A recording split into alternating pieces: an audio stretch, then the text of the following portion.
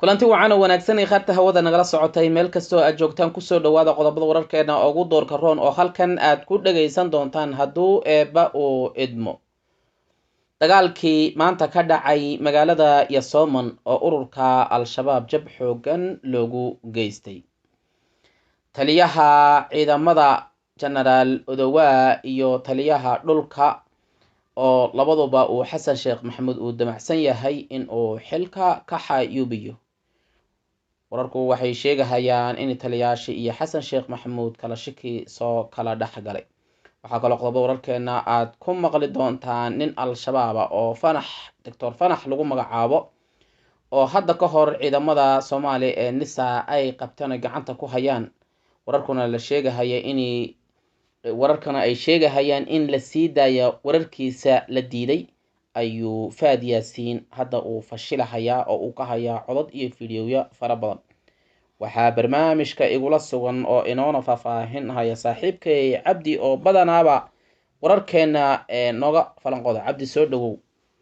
maado waa maasan tahay horta haddaan ku hormarno dagaalka ka socdo deegaanka Yasoomon oo beryahana dagaalo fara badan ay ka socdeen deegaanka Jicbow oo hoostaga degmada Buulaburte haddana maanta wuu soo kululaaday dagaalkii ururka al-shabaab waxaa leeyahay soo weerar soo qaadeen saraakiil fara badan oo ururka al-shabaab ka tirsan ayaa waxaa la rabaa leeyahay in laga gudbiyo webiga kuwaasoo loo diri rabo gobolada kale ee Soomaaliya. marka tii dagaal ayaa meesha ku qabsaday marka waxay sameeyeen ayagoo saraakiisha gudbinaya dagaalkan ku dhex dareen si marka dagaalka isku dhaco saraakiisha ay u gudbiyaan. marka xaaladii adkaatay meeshii ay rabeen inay ka gudbiyaan way suuragal weysay. saraakiisha qayb kamid ayaa dhimitaan leeyahay. marka dad fara badan ayaa waxaa la sheegaya halkaas inay ku dhinteen. dowladda federaalka Soomaaliya waxay sheegtay inay 20 shabaab ay dishay ayagana laga dilay 3 askari. marka meeshaas dagaalkii aad ay usii kululaaday ilaa galabta uu soo gaaray dagaalka halkaas ka socday. marka beryahan dagaalka Yasoomon soo noqnoqday waxaana gaaray xildhibaano ee ka tirsan dowladda federaalka Soomaaliya uu kamid yahay Sambalolshe. waxaa kaloo Cali Jeeta ayaa gaaray asagana deegaankaas Yasoomon waana dagaalkuna waa mid aad u kulul. beryahan waxaa reer hiiraan way ka go-an tahay inay dagaal galaan meel walba ay noqoto. ciidamada dowladda federaalka Soomaaliya iyo ciidamada Hirshabelle iskaashanaya iyo dadka deegaankana dagaalka aad ay ugu jiraan mahadow. Cabdi, ururka al-shabaab maxay gobolka Hiiraan muhiim ugu noqday oo dagaalka ay ugu wadaan oo meel kale ay dagaal ugu qaadeen oo Hiiraan kaliya dagaalka ugu wadaan? maado horta Hiiraan waa xadka kala qaybiya macnaha labada gobol ee markii la yiraahdo Banaadir iyo wuxuu u dhaxeeyaa Isheeg iyo Mudug.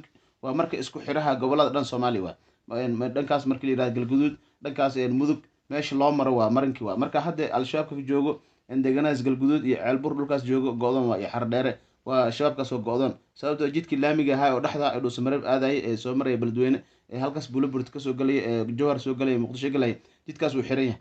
marka jidkaas waa marinka ayaa la isku haystaa webigana dhaxda ay ku kala go'an yahay. marka webigan inay ku gudbiyaan oo dhankaas saraakiisha jiro oo go'doon ku jiro Ceelbur iyo Baxo iyo Jacar iyo Bargaan iyo Cusweyn halkaas ku jiro ayaa la soo gudbinaya saraakiisha. waxaa la rabaa dhankan Jubbooyinka in loo soo gudbiyo maadaama Jubbooyinka ayagana waxaa waay meelo badan ay sheeg ururka al-shabaab ay ka heestaan lagana yaabo in marka ugu dambeyso ay awood isugu geeyaan halkaasna ay ku dhuumaleystaan maadaama Jubbooyinka ay leeyihiin meelo badan oo howd ah oo aan la geli karin.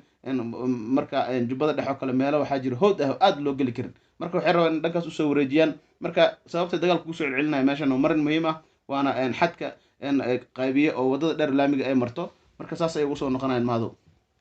waxaan is dhihi karnaa dhaqaalo ayay ku qabaan oo wada irmaan oo gaariyaasha aad u mara oo gobolada isku xidha hadda saa sheegayso. saas darteed dhaqaale xoogan bay ku haystaan gacantooda hadduu ka baxo meeshaas dhaqaale la-aan baa kasoo wajahaysa ma dhihi karnaa. hadde dhaqaalaha oo meeshaas ay kasoo galaya waxaa ugu sii daran ayagaa kala go-an. markii la yiraahdo Hiiraan haddii Hiiraan iyo Shabeellaha Dhexe ay isku xirmaan Banaadir ay ku xirmaan dhankaasna ay Dhuusamareeb iyo Matabaan ay ku xirmaan xaalku waa adag yahay sababtoo jidkan waa jidka muhiimka jidka dheera ilaa Galkacyo soconaa.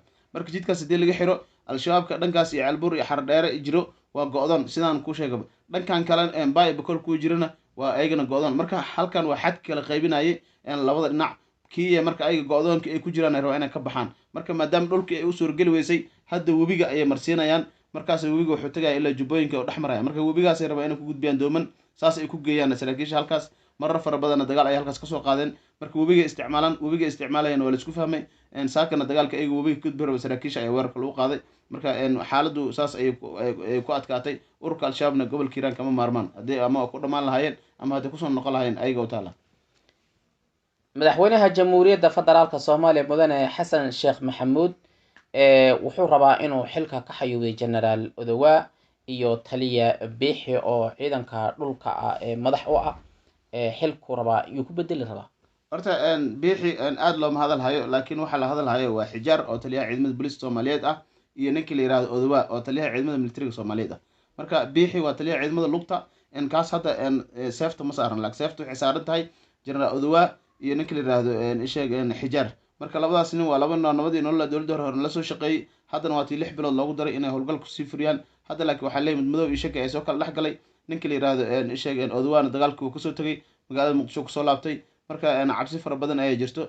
marka nin eliteria ka imaado xashi maxamed kasoo raacay oo saraakiishii eliteria 4 sano ku tababaranays ka mid ah, haddana mar hore ciidamada kamid ahaan jiray, ayaa waxaa laleeyahy waxaa lagu bedeli doonaa isheeg ninka la yihahdo odowa. kaas ayaa laga yaabaa inuu dagaalkaas micnaha noqdo taliyaha ciidamada militariga soomaaliyeed. marka ninka la yihahdo xijaarna waxaa laga yaabaa in lagu bedelo sanyare ninka la yihahdo, oo ninkii ahaan jiray taliyaha galmudug isheeg puntland u qaabilsanaa, marna walaalkiisi la qarxin jiray, asagana dhihi jiray aadaanka masaajidada aad buu noo dhibaa dhihi jiray, haddana xildhibaan ka tirsan baarlamaanka federaalk soomaaliya. kaas ayaa lagu bedeli rabaa leeyahy xijaar. deri ayaana lagu qancinaya hadda sida wararka ay sheegayaan. saciid cabdullahi deni waxaa leeyahy ninkaasaa laga dhigi doonaa, maadaama xijaar asagana reer puntland uu yahay, laakiin aysan iskuga bixin deni. cabdiyow, warar baa waxay sheegahayaan in ciidanka nisa nin fanax la dhaho shabaab oo mar hore ay qabteen, faahfaahin warna aan laga haynin, in uu Fahad Yaasiin uu warar uu ka hayo fiidiyoyo uu hadda soo dayn doono oo kuna saabsan al-shabaab la qarin haye oo nisa ay gacanta ku hayaan inuu banaanka keeni doono. horta Fahad Yaasiin waxay sahayaan mahad salaad oo taliyaha nisa ninka kaga dambeeyay ah. marka labada nin waxaa ka dhexay xifaaltan hore oo siyaasadeed. markii maxaa cabdullaahi farmaajo oo madaxweyne ahay, Fahad Yaasiinna taliyaha nisa oo ahay, mucaaradka badbaado qaran ayuu kamid lahay kamid ahay ninka la yihahdo mahad salaad. haddana oo isbedeshay baashi mahad salaad wuxuu noqday taliyihii nisa. ninka la yihahdo Fahad Yaasiinna wuu ka tegay xilka. marka Fahad Yaasiin waxaa laleeyahy wuxuu hayaa sirta nisa, wuxuuna hayaa rag fara badan oo shabaab ah oo ku xirxirna habar qadiijo, qaarkood fiidiyo silaca laga duubay, qaarkood la rafaadiyey. ninkan doctor fanax la yihahdo asagana fiidiyoal badan laga hayo, asagoo qiranayo dhibaatadii ay shacabka soomaaliyeed u geystay, inuu nin dhakhtar ahaa, inuu ururka al-shabaab la shaqeynayay, inta sano shabaab ku jiray, fiidiyoal laga duubay ayuu Fahad Yaasiin gacanta ku hayaa. marka Fahad Yaasiin waxaa leeyahay sirta nisa ayuu banaanka soo dhigi doonaa, muuqaalo fara badan asagoo gacanta ku hayo, asagoo kaashanaya hay-adda nisa, raggii hore asaga la shaqeynayay welina nisa ku dhex jiro, ayuu waxaa laleeyahay fiidiyoal badan iyo canjalo badan oo step step usoo dayn doonaa. wuxuuna siin doonaa warbaahinta asaga taageersan. dad qof kasta uma soo bandhigi doono, laakiin wuxuu siin doonaa ragga asaga taageersanoo nisa kala shaqeyn jiray ama warbaahinta qaybta nisa ee nabadii nolol taageersan. marka mahad salaad iyo Fahad Yaasiin xurguf weyna udhexeysay, halkaas ayuuna Fahad Yaasiin ka faa'iideysan doonaa. sir badan oo nisa ku saabsanna banaanka ayuu dhigi doonaa ninka la yihahdo mahdow. cabdi shabaab la qabtay oo war laga duubay ama la waraystay, wax borobolena kuma jiro, walaal al-shabaab la qabto war laga qaado oo u waramay, wax dhiba kuma jiro. laakiinse sir oo Fahad ku saabsan mahad salaad ku saabsan oo asaga mahad salaad fadeexa ku ah, ama arrin mahad salaad asaga maadaama lagu eedeynhaya shabaab lagu tuhmayay, ma wax sir oo mahad salaad dhibaato u keenaysa buu ninkan ka hadlahaya maxay tahay? mahad salaad sirta oo faafinayo mahad salaad ku saabsan waxaa waaye ninkan dhakhtarka ah oo mahad salaad oo diiday in maxkamadda la geeyo. marka maadaama uu diiday maxkamad in la geeyo, si hoosena in loo sii daayo uu isku dayay mahad salaad marar badan, inkastay u suurageli weysay. marka hadalkii hore ahaa Fahad Yaasiin inuu mahad karatay la shaqeeyo ninka la yihahdo mahad salaad, ayuu waxaa isdaba raacayo hadalkan hadda uu soo jeedin doono, sirtan iyo muuqaaladan uu soo gudbin doono ayaa la isku aadinayaa. marka waxaa laga dhigayaa ceebta nisa ayaa halkaas laga soo saari doonaa, maadaama mahad salaad lagu eedinayo inuu ninkaas diidan yahay in maxkamadda lasoo taago, warbaahinta laga wareystayna wararka laga qaadayna banaanka lasoo dhigo, warbaahinta loo gudbiyo. marka warbaahintii usoo bandhigi doonaa barnaamij gungaar oo laga diyaariyey asagoo videoga si sira ku helay, maadaama ninka la yihahdo Fahad Yaasiin oo nisa weli xiriir la leeyahay. marka uuna raadinaya ceebta mahad salaad naftigiisa wuxuu ku raadinayaa kiiska Igraan Tahliil, Fahad Yaasiin xajdaar inuu ku lug lahaa iyo qaabka ugu lug lahaa iyo waxyaabo kale asagana sir ayuu raadinaya. marka labada nin xurguf weyna ka dhexeyso, nin walbana wixii uu haayo ayuu gooni usoo dayn doonaa. laakiin hadda sirta waxay ku foorartaa ninka la yihahdo isheeg mahad salaad, taasoo lasoo dayn doono siro badan oo ku saabsan hay-adda nisa. inkastoo dadka qaar ay leeyihiin Fahad Yaasiin maadaama uu noqday taliyaha nisa, waxaa ku fiicnaan lahayd inuu sirta nisa iyo qaranka uu qariyo, uusan usoo bandhigin saxaafadda, sababtoo dad kaleo banaanka ayaa ka faa'iideysan karo. taasna ceeb waxay ku noqonaysaa qaranka soomaaliyeed. marka Fahad Yaasiin inuu ka taxadara ayaa fiicnaan lahayd mahdow.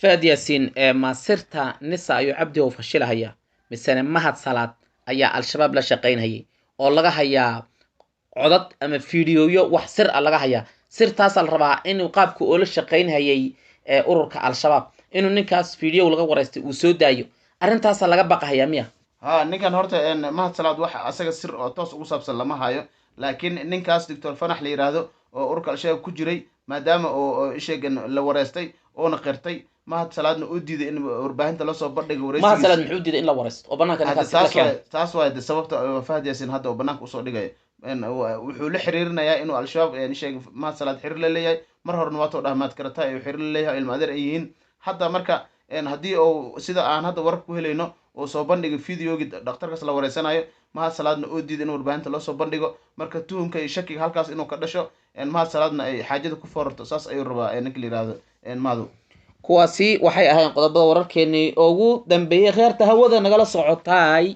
meel kastoo aad joogtaan saas iyo nabadgeliyo